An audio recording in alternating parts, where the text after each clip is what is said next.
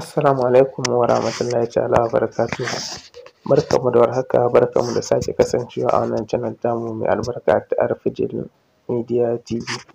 Wannan tasha tamu ta Alfijir Media TV tana yi ma kowa da kowa fatan alkhairi tare da fatan kowa yana cikin ƙoshin lafiya.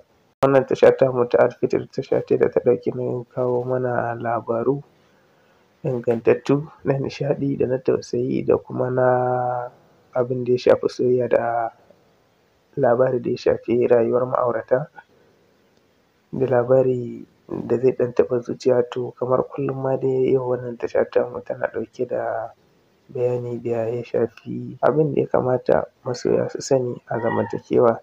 Idan har kana namiji ka fahimci mace ba za ka sha wahalar rayuwa da ita ba, haka ke ma mace idan kika fahimci namiji ba za ki sha wahalar rayuwa da shi ba. Ku fahimci juna, wannan yana da matuƙar muhimmanci a tsakanin masoya ko ma'aurata. Shi namiji a duk lokacin da yake cikin damuwa ko ɓacin rai kaɗaici yake buƙata. Za ki ga baya so a kula shi, shi kaɗai ya ga ya samu mafita a kan matsalarsa ko kuma har sai ya huce. Abin da ya kamata ki sani a game da shi shine idan kika ga ya fara keɓanta kanshi to ki ƙyale shi. Idan har kika ce za ki matsa mishi lallai sai ya sanar da ke abin da ke faruwa, za ku iya samun matsala. Idan saurayinki ne, idan mijinki ne kuwa ana iya samun matsala mai girman gaske. Abin da ya fi dacewa ki yi a nan shine ki ƙyale shi har sai ya sauko. A nan ne idan kika tambaye shi zai iya sanar da ke duk abin da ya faru. Wani kuma namijin ba zai iya sanar da ke ba, kawai zai ce miki ya wuce ɗan wani abu ne. Me yasa?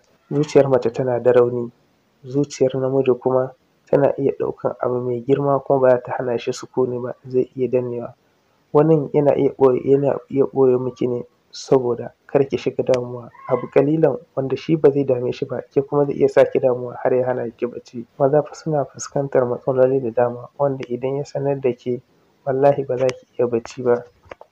Kana namiji idan mace tana cikin damuwa ko ɓacin rai tana buƙatar a jawo ta jiki a rarrashe ta. A nan matsalar take. Shi baya so a kula shi idan yana cikin damuwa, ita kuma mace a wannan lokacin take buƙatar a kula ta. Wasu mazan sai su ɗauka tunda shi idan yana cikin ɓacin rai baya so a kula shi, sai ya ɗauka mace ma haka take, sai ya share da ita. Ita kuma a nan za ta fara anya yana so na, bai damu da matsalata ba, bai damu da damuwata ba.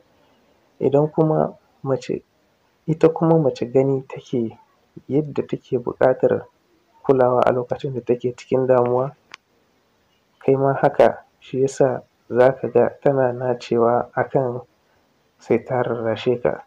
To maganar gaskiya kamar yadda na yi bayani a farko, maza da mata Allah bai yi mu ɗaya ba, haka kuma zukatanmu Allah bai yi su ɗaya ba. Duk da cewa akwai mazan da suka kasu kashi biyu, idan suna cikin damuwa to suna iya bayyanawa kuma suna so a jawo su a jiki domin a ji damuwarsu a taya su warwarewa.